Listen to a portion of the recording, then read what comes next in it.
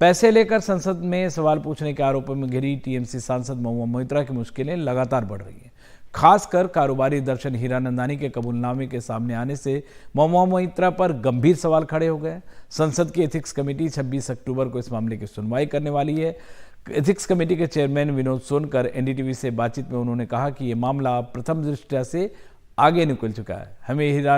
हमें दर्शन हीरानंदानी का हलफनामा मिला है। हम दर्शन हीरानंदानी को समन कर सकते हैं। पहले निशिकांत दुबे और देहाद्राई को बुलाया जाएगा। सभी पक्षों के साक्ष्य रिकॉर्ड करने के बाद महुआ मोइत्रा को बुलाएंगे। इसी लोकसभा कार्यकाल में जांच शुरू करेंगे और खत्म भी करेंगे।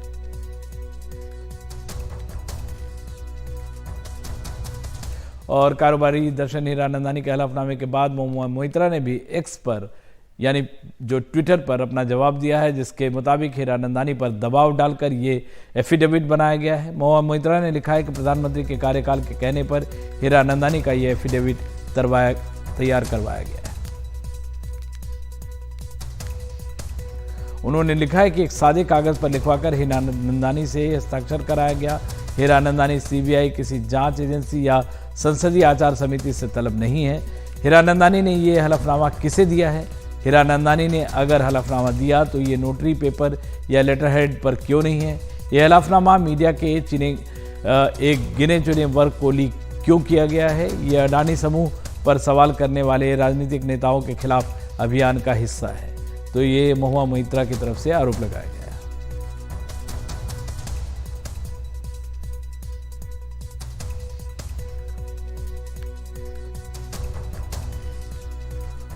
और दुबई में भारत के वाणिज्य दूतावास में दर्शन हीरानंदानी का 3 पन्ने का एक हलफनामा आपको दिखाते हैं। महुआ मोइत्रा ने जो आरोप लगाया था कि हलफनामा आधिकारिक नहीं है, लेटरहेड पर नहीं है, उसको ये तस्वीरें गलत साबित करती हैं।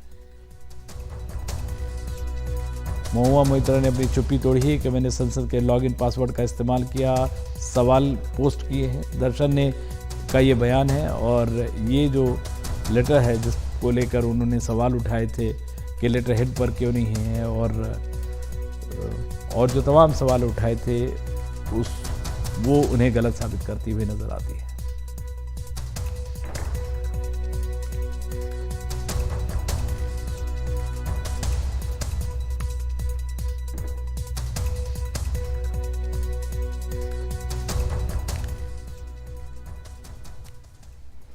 और मध्य प्रदेश में एक विधानसभा सीट पर सारे राजनीतिक दल नजर बनाए रखते हैं। इतिहास ही कुछ ऐसा है। ये सीट है महाकौशल में निवास। 50 सालों से जिस पार्टी ने निवास में परचम लहराया है उसकी सरकार बनी है। ये महज सहयोग हो सकता है, लेकिन फिर भी यह आंकड़ा दिलचस्प है और नजर में रखने की वजह भी है।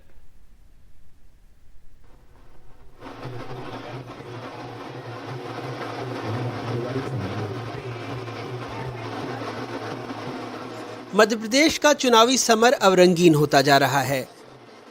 फिर भी सबकी निगाहें मंडला जिले की आदिवासी बहुल विधानसभा सीट निवास पर हैं।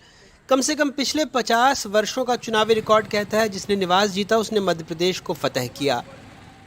अनुसूचित जनजाति के लिए आरक्षित इस सीट से इस बार केंद्रीय मंत्री फग्गन सिंह कुलस्ते मैदान में हैं। उनके सामने कांग्रेस ने चैन सिंह वरकड़े को मैदान में उतारा है। निवास के मौजूदा विधायक डॉक्टर अशोक मरस्कोले मंडला से लड़ रहे हैं। दोनों दलों का दावा है कि निवास में उनके उम्मीदवार की जीत होगी। भारतीय जनता पार्टी की सरकार बनेगी और फग्गन सिंह कुलस्ते ही ऐतिहासिक बहुमत से जीतेंगे। हम तंत्र मंत्र में नहीं, लोकतंत्र में विश्वास रखते हैं। पिछली बार भी हमारी सरकार बनी थी, इस बार भी हमारी सरकार बनेगी। निवास में जीत और सरकार बनने का सिलसिला 1977 से चला आ रहा है, जब जनता पार्टी ने यह सीट जीती और कैलाश जोशी की सरकार बनी। 1980 में कांग्रेस के दलपत सिंह उइके ने यह सीट छीन ली और कांग्रेस की सरकार बनी। 1985 में कांग्रेस के दयाल सिंह तुमराची विधायक बने, फिर कांग्रेस सत्ता में आई। 1990 में बीजेपी के फग्गन सिंह कुलस्ते ने सीट कांग्रेस से छीन ली। कुलस्ते 1993 में चुनाव हार गए और बीजेपी को राज्य में भी सत्ता गंवानी पड़ी। 1998 में कांग्रेस के सूरत सिंह मरावी ने निवास जीता, कांग्रेस भी सत्ता में बनी रही। लेकिन 2003 से फग्गन सिंह कुलस्ते के भाई रामप्यारे कुलस्ते 3 दफा यहां से विधायक रहे तो बीजेपी भी सत्ता में बनी रही। 2018 में डॉक्टर अशोक मरस्कोले ने कुलस्ते से सीट छीन ली और कांग्रेस सत्ता में वापस आ गई। मध्य प्रदेश की इस विधानसभा में बतौर सत्तारूढ़ दल निवास करने के लिए ज़रूरी है महाकौशल की निवास की सीट को जीतना, और ऐसा हम नहीं कह रहे या कोई अंधविश्वास नहीं है, बल्कि आंकड़े इसकी तस्दीक करते हैं, वो भी पिछले 50 सालों से। भोपाल में अपने सहयोगी रिजवान खान और अमृतांशी जोशी के साथ अनुराग द्वारी, NDTV इंडिया।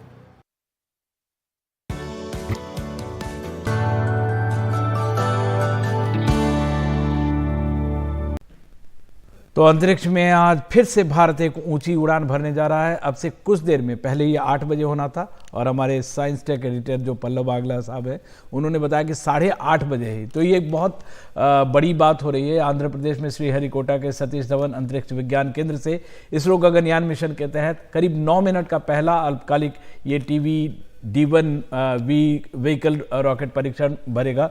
पल्लव साहब, ये अगर हम आम लोगों की भाषा में कहें, है तो टेस्ट परीक्षण है, 9 मिनट का है, लेकिन इसके क्या मायने हैं, क्या कुछ होना है और क्या मायने हैं इसके? देखिए, पहला बड़ा कदम है गगनयान मिशन के लिए, और गगनयान में भारत की धरती से भारत के रॉकेट पे भारतीय को अंतरिक्ष में भेजने का काम शुरू होना है। कंप्लीट स्वदेशी, और कंप्लीट स्वदेशी, बिल्कुल 100% स्वदेशी है। और ये काम जो है उसके लिए 20 करीब टेस्ट और होने हैं। तो पहला बड़ा टेस्ट है, इसमें क्रू एस्केप सिस्टम का टेस्ट होगा आज। देखिए, कभी भी जब ह्यूमंस को स्पेस में भेजा जाता है तो वापस लाना उतना ही अहमियत रखता है जितना भेजना रखता है। बिल्कुल। तो हैप्पी लैंडिंग्स की बात होती है हरदम, कभी हैप्पी टेक ऑफ की बात नहीं होती। तो हैप्पी लैंडिंग के लिए आपको अगर कोई इमरजेंसी आ जाए, रॉकेट जब लॉन्च पैड पे हो या असेंट फेज में हो, तो कैसे क्रू को सेफली बाहर निकालना है। फेलियर हो जाए, कुछ भी हो जाए, तो क्रू को कैसे सफलतापूर्वक जीवित बाहर निकालना है, उसके लिए आपको कई टेस्ट करने पड़ते हैं। उसमें क्रू एस्केप सिस्टम होता है। तो आज जो टेस्ट है वो क्रू एस्केप सिस्टम का है, और आज का टेस्ट होगा धरती से 17 किलोमीटर की ऊंचाई पे। एक पैड अपॉर्ड टेस्ट किया था इन्होंने कई साल पहले, जिसमें कि जब श्रीहरिकोटा के पैड पे ही था, लॉन्च पैड पे ही रॉकेट अगर फेल हो जाए तो कैसे उसको बचाया जाएगा। आज जब 17 किलोमीटर ऊपर होगा तो पहली बारी इसरो जान करके रॉकेट को फेल कराएगा। अच्छा, जान करके फेल कराएगा कि अब फेल हो गया, अब इसको कैसे इसको बचाया जाए। बिल्कुल। तो कैसे, अगर आज के टेस्ट में कोई भी एस्ट्रोनॉट नहीं है, किसी को डरने की जरूरत नहीं है, कोई एस्ट्रोनॉट नहीं है। 4 हमारे डिजिग्नेटेड एस्ट्रोनॉट्स हैं, इंडियन एयरफोर्स के पायलट्स। वो दूर से देखेंगे इसको, और उससे उनको अगर सही होगा तो उनको एक सेटिस्फैक्शन मिलेगा कि जब वो जाएंगे तो सही होगा। आज के टेस्ट में कोई एस्ट्रोनॉट नहीं है। ये एक कंप्यूटर कंट्रोल टेस्ट है, लेकिन लाइव टेस्ट है। रॉकेट बड़ा है और अंतरिक्ष में नहीं जाएगा, 17 किलोमीटर तक जाएगा। क्रू मॉड्यूल हटेगा, रॉकेट एक तरफ गिरेगा, क्रू मॉड्यूल अलग गिरेगा, एस्केप सिस्टम तीसरा जाके गिरेगा, और फिर क्रू मॉड्यूल को भारतीय नेवी की एक शिप उठा के वापस चेन्नई लाएगी। ये सब साइमुलेशन करना है कि बाद में जब हम अंतरिक्ष में भारतीय अंतरिक्ष यात्री को भेजें तो वो सफलतापूर्वक भेजा जा सके और सफलतापूर्वक वापस लाया जा सके। तो बड़ा अहम टेस्ट है। और गगनयान जो भारत कर रहा है वो इसलिए कर रहा है कि कभी ना कभी, देखिए, मनुष्य को धरती छोड़ के चांद पे या मंगल ग्रह पे रिहाइश करनी पड़ेगी। और वो जब करेंगे तो ऐसा नहीं होना चाहिए कि भारत के पास वो तकनीक अपने ही काबिलियत पे नहीं हो। अभी केवल 3 ही देश हैं जिनके पास अपनी ताकत से अंतरिक्ष में अंतरिक्ष यात्री भेजे जा सके, रूस, अमेरिका और चीन। ये 3 हैं। अब चौथा अगर ये सक्सेसफुल हुआ, 2024-25 के करीब अंतरिक्ष यात्री को भेजने की बात है, तो चौथा देश बनेगा भारत। और ये एक बहुत बड़ा कदम है। गगनयान 9,000 करोड़ का मिशन ऑब्जेक्टिव है, इसका मिशन बजट है। और प्रधानमंत्री ने तो उससे भी आगे की बात कर दी है कि 2040 तक एक भारतीय को चांद पे भेजा जाए। तो आज का जो स्टेप है, टेस्ट जो है, वो 2040 तक के मिशन के लिए कहीं ना कहीं शुरुआत है।